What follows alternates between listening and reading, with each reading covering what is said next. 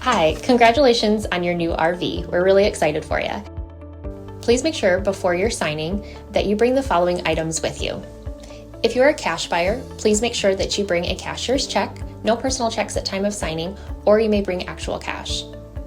If you're a finance customer, please make sure that you bring proof of insurance listing your specific lien holder. If you need that information, please call us ahead of time.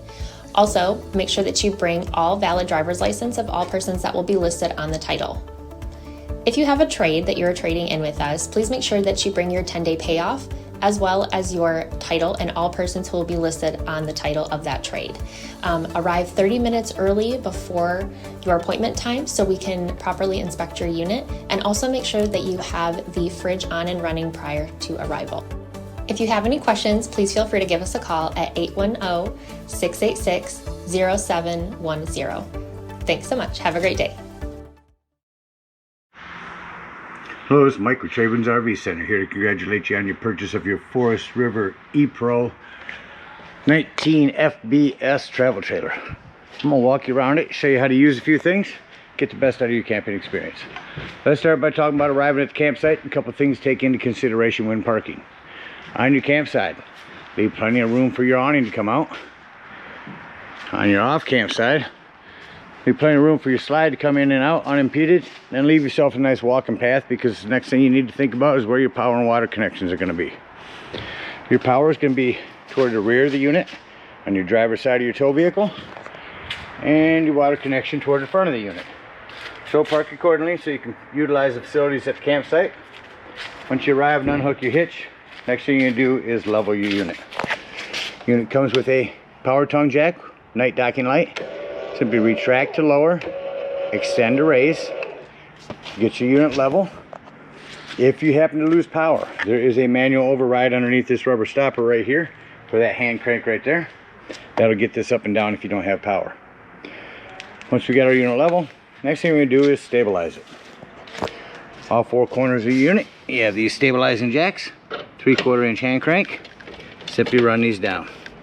As I run them down, I'm going to recommend stabilizing jack pads. Jack pads are going to protect the feet of your stabilizing jacks from dirt, debris, hot blacktop in the summer. Use your 10% off coupon to get a 4-pack of those. Put them down underneath your stabilizing jacks and run these down just until they're taut. Once you have any type of resistance like that on your hand crank, you know you're down far enough.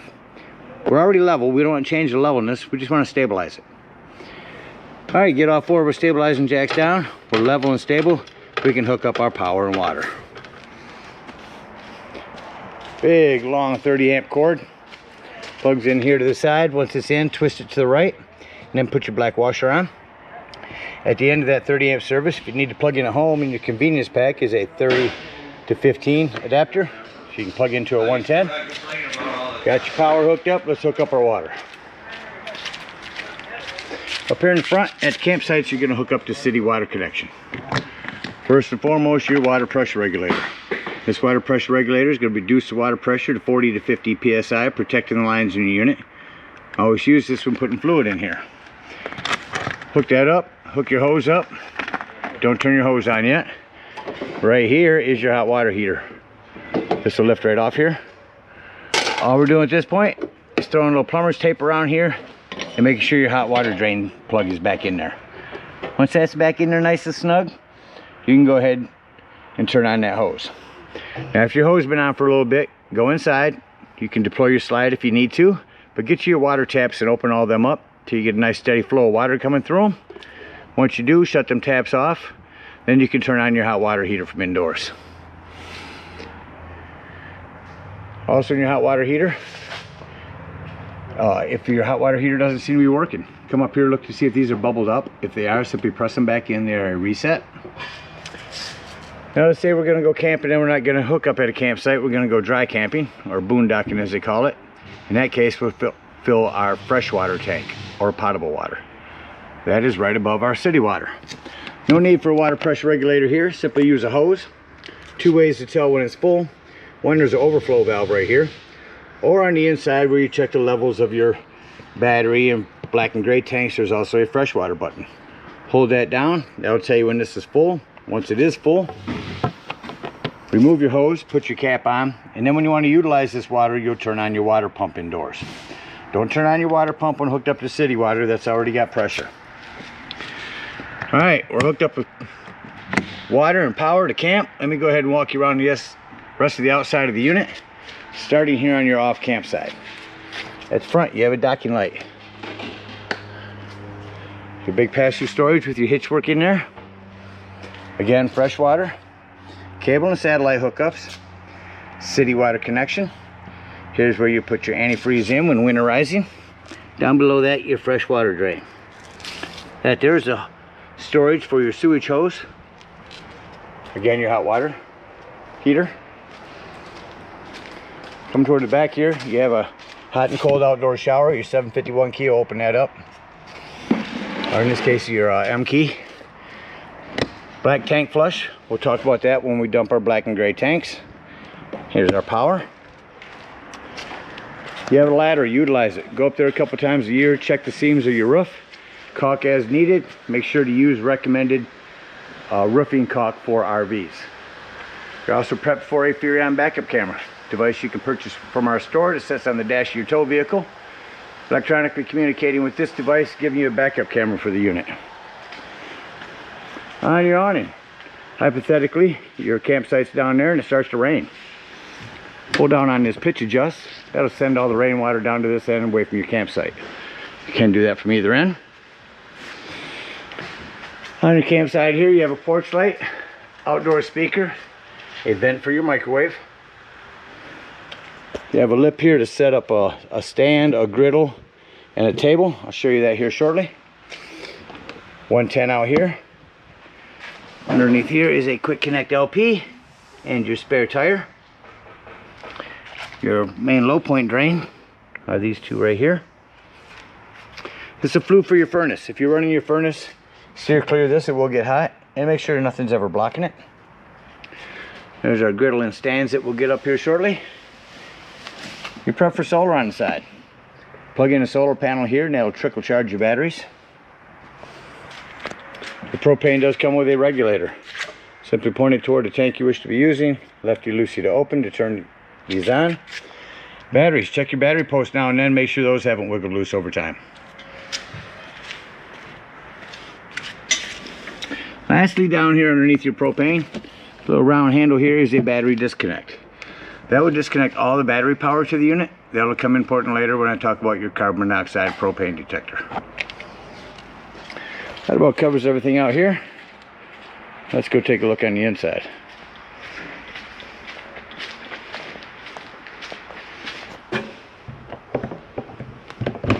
Coming up in your unit, first thing I'd like to point out is the fire extinguisher.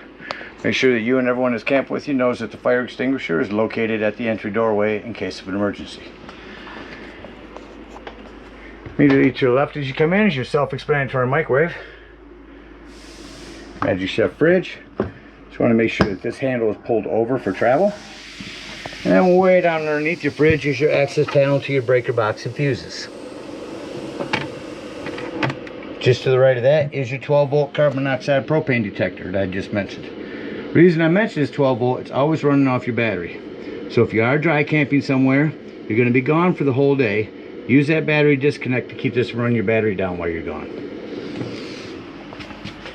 Immediately to your right as you come into the system, is your control panel. So there's your brand new battery. There's the fresh water button I said you can hold down to tell when your potable water is full.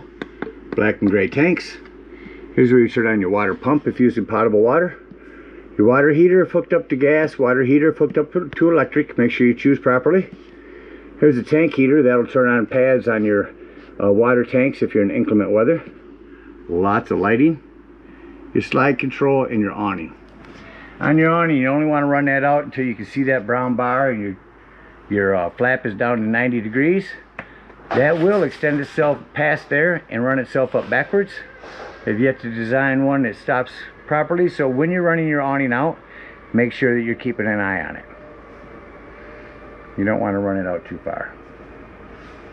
And our awning lights, we shut them off. And our porch light. And we'll run your awning in here real quick.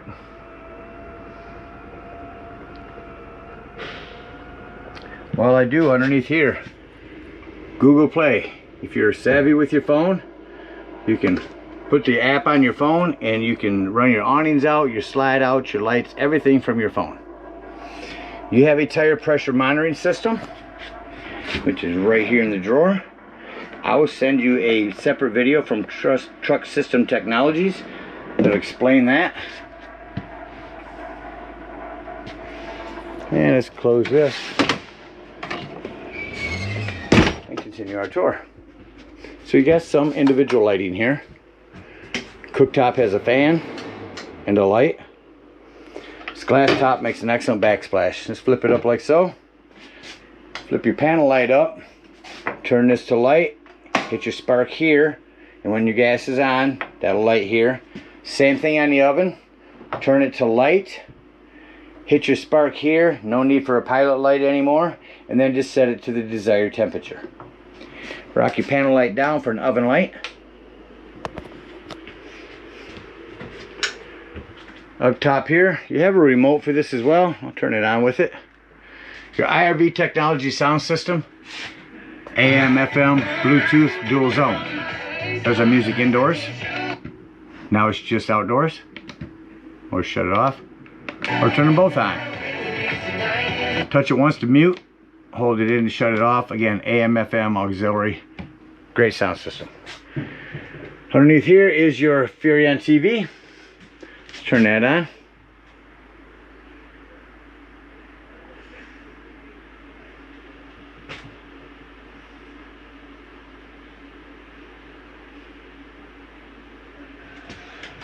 Have to run a channel scan. Get that running for you.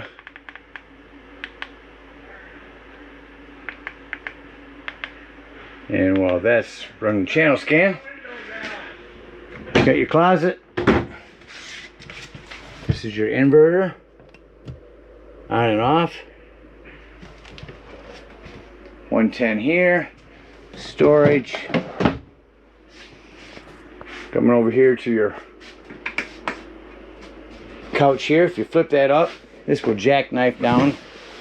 And there's a table you can remove and set up front here.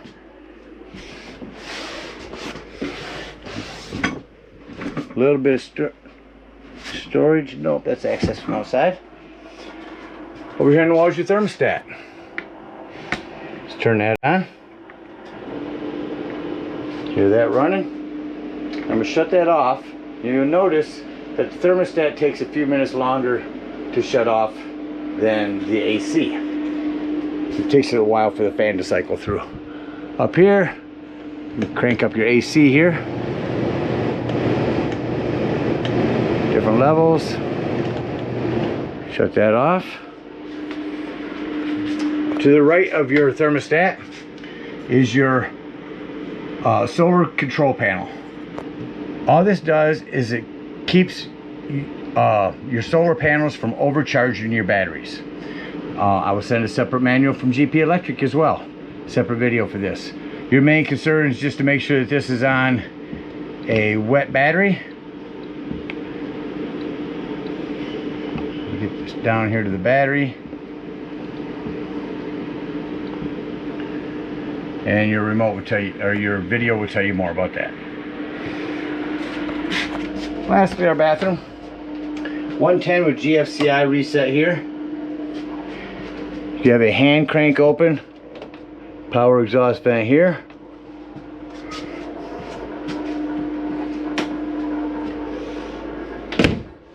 And that about covers everything on the inside. Let's act like we're leaving the campsite and button everything up. What I like to do is start by shutting off my interior lights, because then I can see if I've left any individual lights on.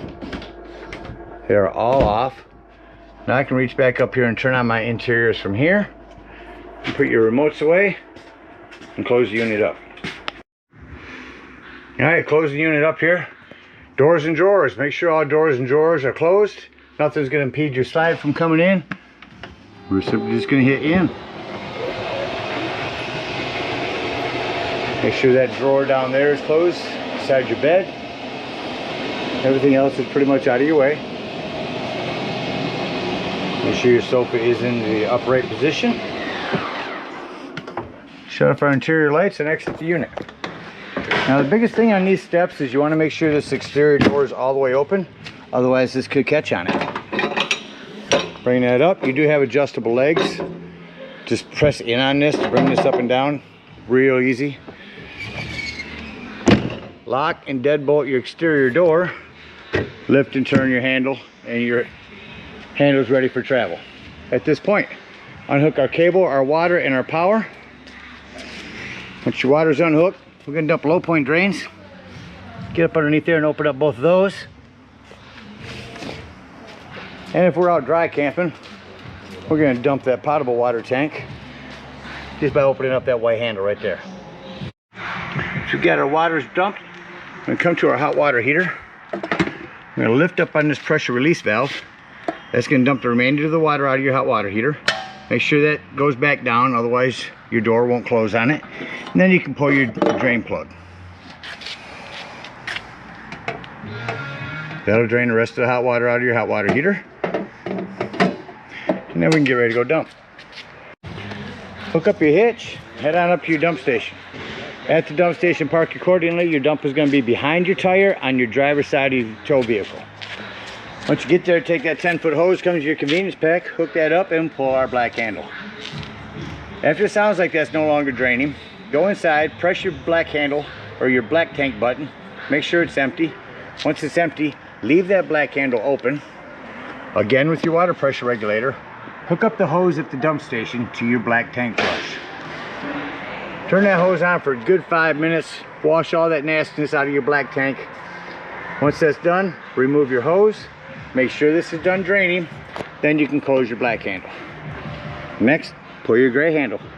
That's going to be cleaner water as your sinks and your showers. That'll clean your sewage hose out for you. Then you can conveniently and sanitarily store your sewage hose right here in this holder. Again, we thank you guys so much for your purchase. Hope you enjoy this Epro for many years to come. Happy camping. So to show you a griddle placement here, this griddle can do one of two things. It can sit on here or it can go up here. Alright, so the other way this griddle can go is you've got these little holes right here.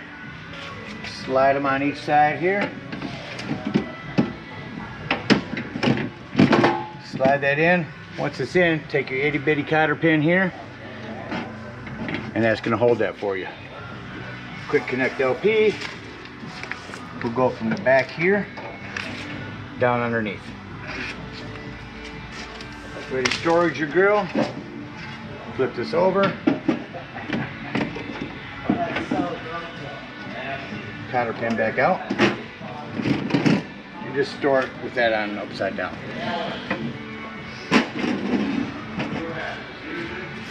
This holder will slide on.